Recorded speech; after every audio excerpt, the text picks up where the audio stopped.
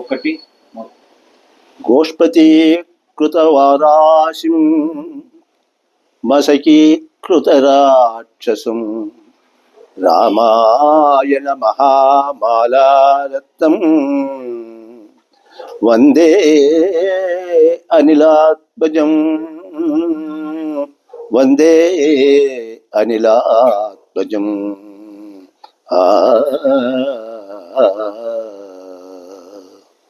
ప్రేక్షక మహాశయులకు శ్రోత మహాశయులకు శుభాభివందనములు.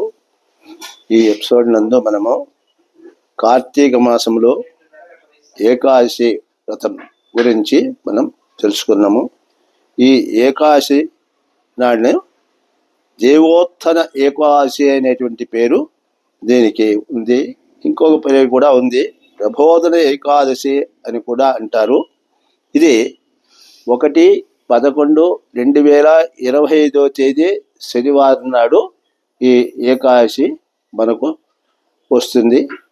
మరి ఈ ఏకాదశి ప్రాముఖ్యము గురించి మనం తెలుసుకున్నాం. ఇది ముఖ్యంగా నారాయణ వనంలో శ్రీ కళ్యాణ వెంకటేశ్వర స్వామి తెప్పోత్సవం జరుగుతుంది అక్కడ ఈ రోజున అనమాట. శ్రీ మహావిష్ణువు చాతుర్మాస దీక్ష అనంతరము విశ్రాంతి తీసుకున్న తర్వాత ఆయన తిరిగి మేల్కొంటాడు.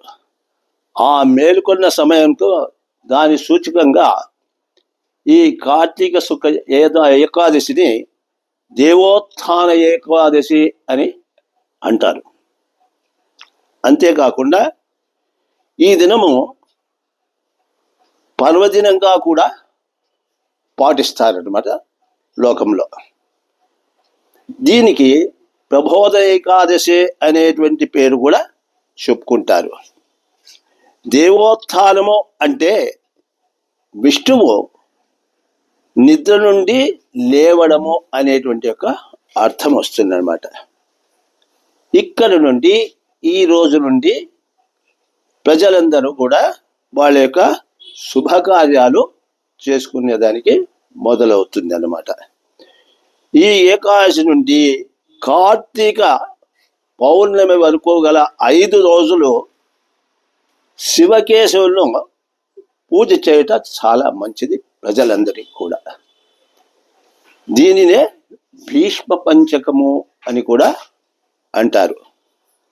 ఈ 5 రోజులు శివకేశవులను ఆరాధించినైతే వాళ్ళ చేసినటువంటి పాపాలన్నీ కూడా నశిస్తాయి అని, పుణ్యలోక ప్రాప్తి కలుగుతుందని, మరియు ఈరోజు తారాబలం చంద్రబలం చూసుకొని మంత్రదీక్ష ప్రారంభం చేస్తే కూడా ఆ మంత్రము తప్పకుండా సిద్ధిస్తుందని కూడా ఉంది. కాబట్టి ఈ ఏకాదశి ఎంతో పుణ్యమైనటువంటిది. అటువంటి ఈ ఏకాదశిని ప్రతి వాళ్ళు ఆచరించి ఆ యొక్క స్వామి అనుగ్రహంతో మోక్షప్రాప్తిని కలుగుతుందని, వాళ్ళకి ఎంతో పుణ్యం కూడా లభిస్తుందని ఆశిస్తున్నాం. ఓం స్వస్తి.